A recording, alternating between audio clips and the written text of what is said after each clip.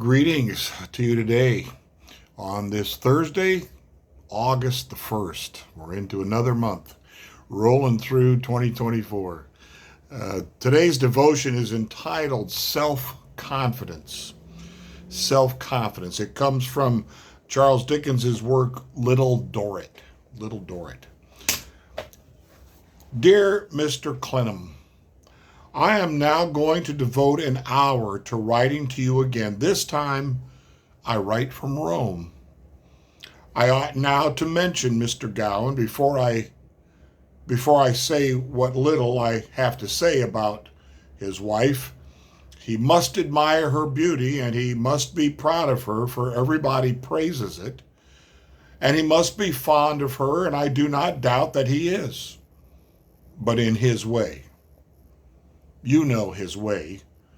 And if it appears or as careless and discontented in your eyes as it does in mine, I am not wrong in thinking that it might be better suited to her.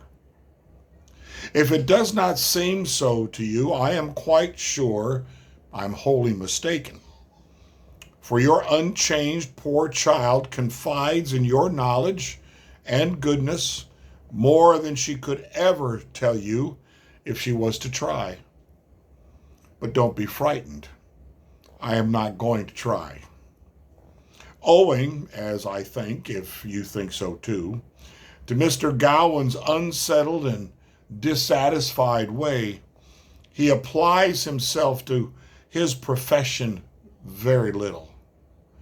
He does nothing steadily or patiently, but equally takes things up and throws them down, and does them, or leaves them undone without caring about them.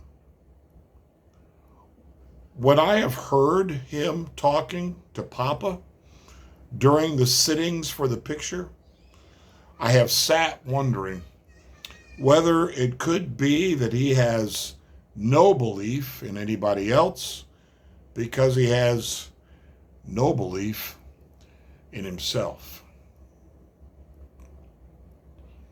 Hard to decipher some of that as to what's being said or why it's being said, why he's writing this letter. So once again, we turn to Gene Fisher to bail us out. This passage, taken from a letter written by 20-something Amy Dorrit to her older friend Arthur Clennam, describes the not-so-nice painter, Mr. Gowan. Amy wonders whether his careless and ill-tempered attitude might come back from a lack of self-confidence. Self-confidence is defined in Merriam-Webster's dictionary as, quote, confidence in oneself and in one's powers and abilities, unquote. But how confident can we be when we rely only on ourselves? The Bible says in Proverbs 3:26, for the Lord will be your confidence. And in 2 Corinthians 3:4-5, such confidence as this is ours through Christ before God. Not that we are competent in ourselves to claim anything for ourselves, but our competence comes from God. In 1 Samuel 17, we find the story of David, a slight young man, courageously fighting Goliath, a bullish 9-foot-tall warrior from Gath. David finds his confidence trusting in the Lord. And armed with just a slingshot and stones, he defeats the giant soldier. Could he have done this by himself? No. Our own powers and abilities sometimes fail us, but there is one who never fails. The story of David illustrates that true self-confidence is dependent upon a solid trust in God. When we rely on God, his confidence flows through us. We are then able to behave in a Christ-like way rather than withdrawing or acting out like the irascible Mr. Gowan. Mr. Gowan was the druggist in It's a Wonderful Life, if I remember correctly. Jeremiah, although he didn't write that one. Charles Dickens didn't do that one. Jeremiah 17:7 says, "But blessed is the one who trusts in the Lord, whose confidence is in him." That person's blessed, who trusts in the Lord, puts their confidence in him. And that's exactly what David did that day as he went out to meet Goliath. He was doubted. He told Saul, "I'll go out and fight him." His brothers were mad at him because they saw him as a spoiled little brat, thinking he could do better than they did as soldiers of Israel. Saul wanted to put his armor on David, but it was too big and too unwieldy, and David said, "I can't fight in this. I can't do what I need to do in this." And so when he goes out to do battle, he gets mocked by Goliath,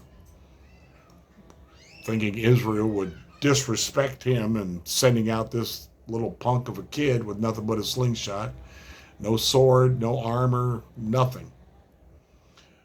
Here's the key. David goes out and he tells Goliath, "I come to you in the name of the Lord." Not my own strength, not my own abilities. I am coming here in the name of the Lord. And we know the rest of the story. Around goes the slingshot after some more mocking by Goliath. Around goes the slingshot. The rock is let go, let loose, and it hits its mark right in the forehead of Goliath. That doesn't kill him. It makes him unconscious for a while. David goes up, and just as it was done in those days, the defeated enemy, David went up and took his sword and took Goliath's sword and finished the job. He cut off Goliath's head. Kind of graphic, but it's the way they did things in those days. But sure enough, everybody knew that was unbelievable. Nobody had money on David. Everybody's bets, I'm sure, were on Goliath. But once again, God showed that greater is he who is in us than he who is in the world. Put your confidence not in yourself. Put your confidence in God and his promises and his goodness and his ability to overcome any and all enemies that come against us. Blessings to you today on this first day of August.